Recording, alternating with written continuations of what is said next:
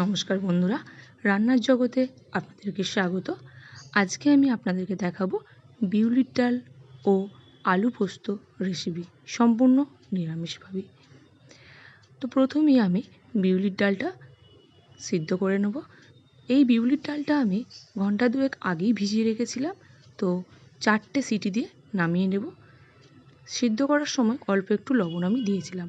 আর এই বাটিতে আমি 1 চামচ মৌরি ও অল্প একটু আদা বেটে নিয়েছি, তার সাথে একটু হলুদ মিশিয়ে নিচ্ছি।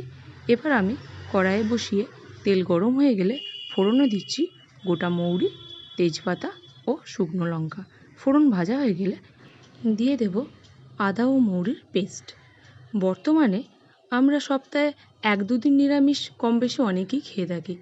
তো এই নিরামিষ দিনে অনেকেই অনেক রকম পদ বাড়িতে বানিয়েও থাকি, কিন্তু এই বিউলির ডাল আলু পোস্তর যে যোগসূত্র, এ এক ঐতিহ্যবাহী রান্না, সেই মা ঠাকুমাদের আমল থেকেই চলে আসছে। আর বিউলির ডাল কিন্তু স্বাস্থ্যের পক্ষেও খুবই উপকারী, খেতে তো বেশ ভালোই লাগে। এইভাবে আমি মশলাটা ভেজে নিয়ে দিয়ে দেব সিদ্ধ করে রাখা ডালটা। প্রেসার থেকে সিদ্ধ করে নেওয়ার পর আমি একটু ভালো করে ম্যাশ করে নিয়েছিলাম ডালটা, যাতে মাখা মাখা হয়ে যায়। এবার আমি দিয়ে দিচ্ছি জল। আর এই বিউলির ডাল কিন্তু একটু পাতলাই ভালো লাগে, খুব বেশি চাপচাপ ডাল ভালো লাগে না। দিয়ে দিলাম কাঁচা লঙ্কা, পরিমাণ মতো লবণ ও নামানোর আগে অল্প একটু চিনি। ব্যাস, এবার আমি নামিয়ে নেব। এবার আমি আলু পোস্তটা করে নেব। আলু পোস্তর জন্য আমি আলু কেটে নিয়েছি, গোল গোল করে নিয়েছি, কাঁচা লঙ্কা, এবং এবার আমি কড়াইতে তেল দিয়ে দিলাম। খুব অল্প তেলই করে নেব। আলুগুলো আমি ভেজে নিচ্ছি। দিয়ে দিচ্ছি পরিমাণ মতো লবণ ও অল্প একটু হলুদ। এবারে আমি আলুগুলো ভালো করে ভেজে নেব এবং কাঁচা লঙ্কাগুলো দিয়ে দেব।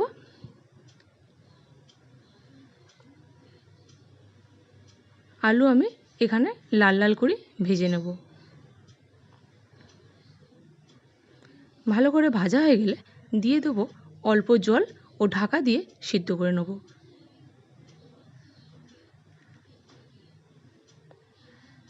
আমি এখানে লঙ্কার গুঁড়ো ব্যবহার করছি না, কারণ পোস্ত বাটার সময় আমি একটা শুকনো লঙ্কা বেটে দিয়েছিলাম। গুঁড়ো লঙ্কার থেকে এই নিরামিষ পোস্ততে শুকনো লঙ্কা বেটে দিলে অনেক স্বাদ বেড়ে যায়। শুধু নিরামিষ কেন, যে কোনো পোস্ততেই গুঁড়ো লঙ্কার থেকে শুকনো লঙ্কা বেটে দিলে তার স্বাদ অনেকটাই বেশি হয়। আর কাঁচা লঙ্কা তো থাকছে। এবার আমি এটা নামিয়ে নেব। আপনারা যদি কাঁচা তেল পছন্দ করেন পোস্ততে, অবশ্যই নামানোর আগে দিতে পারেন। আমি পার্সোনালি এটা পছন্দ করি না। তো এই ছিল আজকের আমার রেসিপি। দেখা হচ্ছে আবার কোনো রেসিপি নিয়ে।